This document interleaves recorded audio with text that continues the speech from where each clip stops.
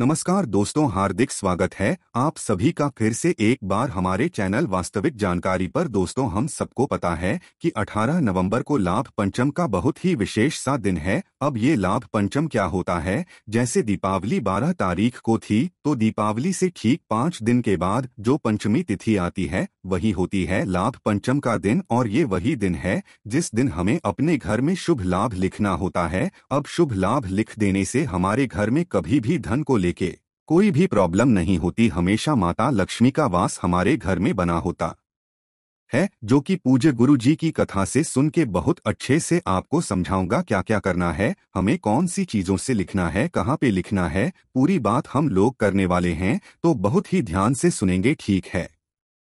चलो सबसे पहले हम लोग उपाय की बात करते हैं, जो कि हमें शुभ लाभ लिखना है। अब देखो, अगर आप लोगों ने कभी सुनार की दुकान पे जो लोग सोना चांदी बेचते हैं, या फिर आप किसी भी बड़े दुकान पे जाओगे, उनकी शॉप पे जो तिजोरी रखी रहती है जहाँ पे वो पैसे रखते हैं या फिर चांदी रख बेचने वाला रखते हैं, उनकी अलमारी पे आप देखोगे हमेशा शुभ लाभ लिखा हुआ होता है। तो ये सभी लोग, जितने भी अमीर लोग होते हैं या फिर जितने लोग बिजनेस वाले होते हैं, जिनके घर में धन संपदा है ना, वो लाभ पंचम के दिन शुभ लाभ जिस जगह पे वो अपने घर में अलमारी है जहां रुपए पैसे रखते हैं, धन संपदा रखते हैं, गहने रखते हैं, वहां पे लिखने से हमारे घर में कभी धन की कमी नहीं होती। अब लिखोगे कौन से चीज से? यहाँ पे आपके पास में दो ऑप्शन होता है। पहला ऑप्शन है कि पास में अगर रोली है, कुमकुम है तो लिख लो।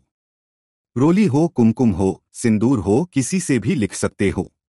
कुछ लोग कहते हैं क्या भैया हल्दी से भी लिख सकते हैं? तो वैसे हल्दी से लिखा नहीं जाता है, बट अगर आपके पास में रोली, कुमकुम, सिंदूर नहीं मिलता है इन केस, तो हल्दी से लिखो।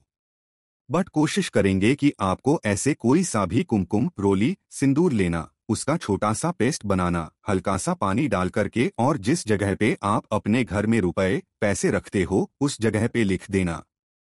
कभी आपके घर में धन को लेके कोई प्रॉब्लम नहीं होती।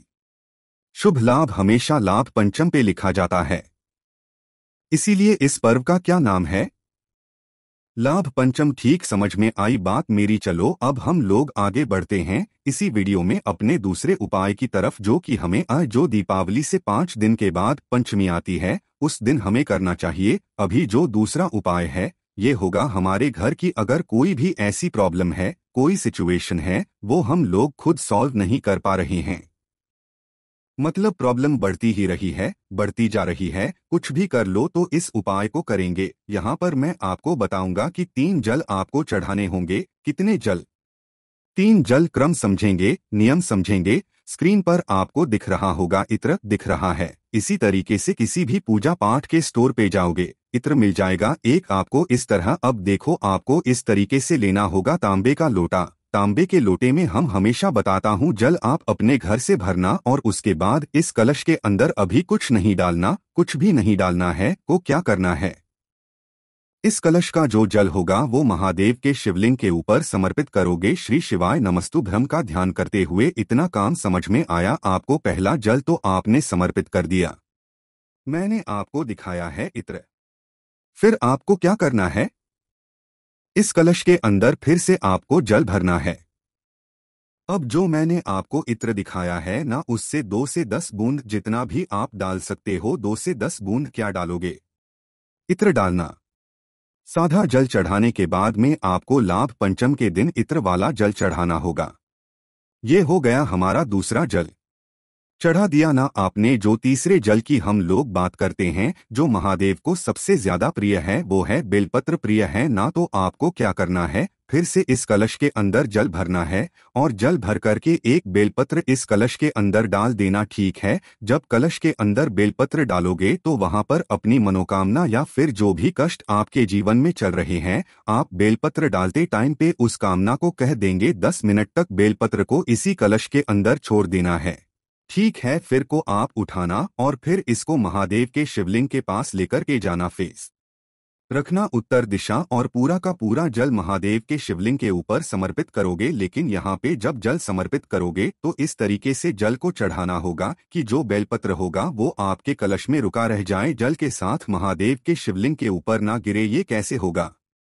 जब आप जल की धारणा बिल्कुल स्लो मोशन में धीरे धीरे गिराओगे तो जो बेलपत्र होगा वो आपके कलश के अंदर रुका रह जाएगा, शिवलिंग के ऊपर नहीं गिरेगा। बिल्कुल स्लो मोशन में जल चढ़ाना। अब जल चढ़ाने के बाद फिर आपके कलश के अंदर जो एक बेलपत्र रुक गया है उसको उठाना। जीवन के जो कष्ट होंगे, जो भी समस्याएं होंगी, जो भी तकलीफें हो, उसका स्मरण करते हुए महादेव के शिवलिंग के ठीक ऊपर समर्पित करेंगे। अब इस बार जो डंडी होगी माता अशोक सुंदरी की तरफ और पत्ती का मुख होगा वो हो जाएगा आपकी तरफ समर्पित कर देना। आपकी लाइफ की जो भी प्रॉब्लम होगी या फिर जो समस्या चल रही है वो सारी समस्या आपकी खत्म हो गई। दो उपाय आपको समझ में आ गए हैं। आगे बढ़ते हैं इस वीडियो में। अब हम लोग अपने तीसरे उपाय की तरफ। लेकिन तीसरा उपाय क्या है उससे पहले एक छोटा सा काम कर दो। वीडियो को जल्दी से लाइक कर दीजिए और जितने भी भाई बहन इस आवाज को पहली बार सुन रहे हैं तो चैनल को सब्सक्राइब करेंगे। चलो समझते हैं इस उपाय को। बहुत ही प्यारा सा उपाय है। अब देखो ये जो उपाय है ये है आपकी इच्छा पूर्ति, आपकी मनोकामना पूर्ति के लिए। कहोगे भैया कौन कौन सी चीजों की जरूरत होगी? कोई जरूरी नहीं कि आप 8-9 मुखी रुद्राक्ष लो। आपके घर में जो रुद्राक्ष इजीली अवेलेबल हो, जो आसानी से मिल जाए, उस रुद्राक्ष को लेना ठीक है।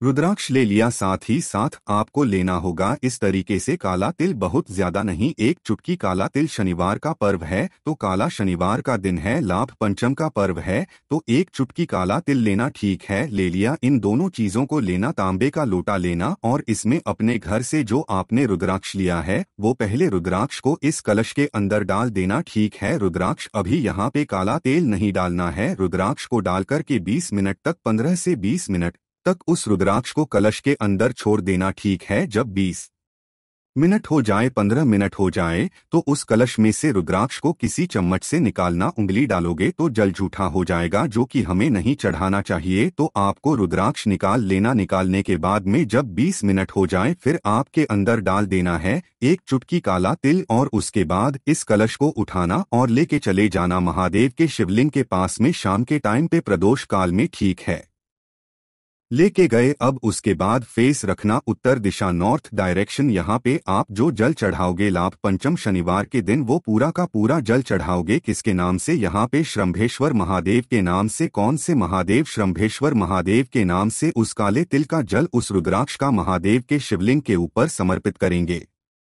जल बहता हुआ जलाधारी से नीचे गिरेगा। इस जल को किसी भी पात्र में रोक लेंगे और लेके जाएंगे अपने पूरे घर में। इस कलश का छिड़काव कर देंगे, छीड़ देंगे। कभी कोई नेगेटिव एनर्जी आपके घर में प्रवेश नहीं करेगी।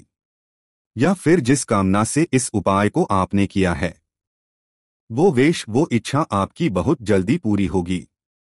महादेव बहुत जल्दी खुश होते हैं। श्रंभेश्वर महादेव के नाम से जो काले तिल का जल महादेव के शिवलिंग के ऊपर समर्पित करता है।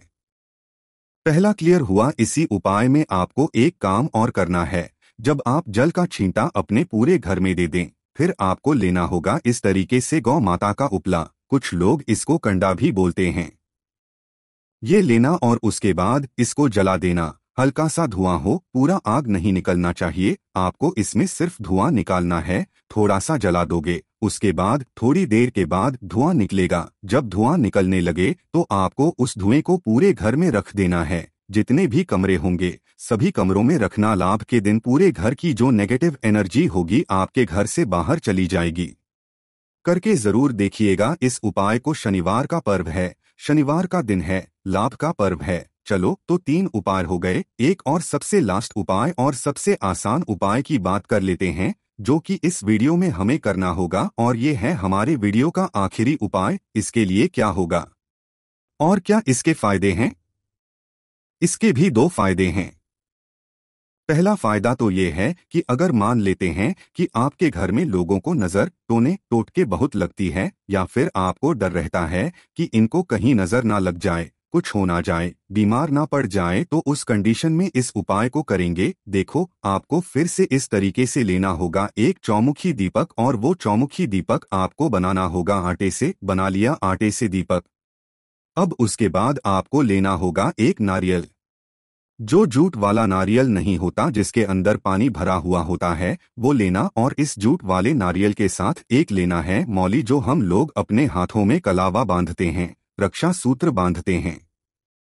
इन दो जो आपके पास में नारियल है ना, उस नारियल को पूरे घर में घूम घूम करके उस कलावे को आपको उस नारियल के ऊपर ऐसे लपेटते जाना है। कोई जरूरी नहीं कि 2 बार लपेटना है, 20 बार लपेटना है, 21 बार, जितने भी कमरे हो आप उन सभी कमरों में घूमते घूमते आप उसको लपेट लेना। लपेटने का मतलब क्या हुआ कि आपने नेगेटिव एनर्जी को उस नारियल के अंदर कैद कर दिया।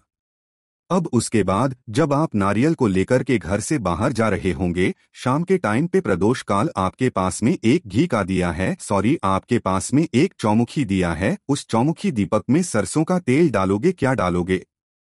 सरसों का तेल डालना और डाल करके आपको अपने घर की चौखट पे किसी भी एक साइड रख देना और उसके बाद उस नारियल को लेके घर से बाहर निकलना। निकलने के बाद में किसी भी कोशिश करेंगे किसी भी पीपल पेड़ के नीचे, अगर पीपल का पेड़ नहीं मिलता है शाम को आपके पास में, तो महादेव के मंदिर में, लेकिन सबसे पहले पीपल पेड़ के नीचे चुपके से ले जाकर के उस नारियल को रख देंगे और चुपचाप वहां से चले आएंगे।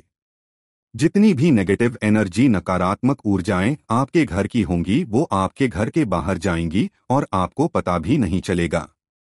पूरा परिवार आपका हमेशा खुश रहेगा। देखो, लाभ पंचम का दिन है, साल में एक ही बार आता है ये शुभ लाभ लिखने वाला। कोई उपाय करना ना करना, बट शुभ लाभ अपने घर की अलमारी, तिजोरी, जहां पे रुपए पैसे रखते हो वहां जरूर लिख देना। तो कोशिश कीजिए। अच्छा, वीडियो पसंद आई हो तो लाइक करेंगे। कुछ पूछना हो, नहीं समझ में आए तो नीचे कमेंट सेक्शन में पूछे। और जितने भी भाई बहन इस आवाज को पहली बार सुन रहे हैं तो चैनल को सब्सक्राइब करेंगे। श्री शिवाय नमस्तुभ्यम। हर हर महादेव।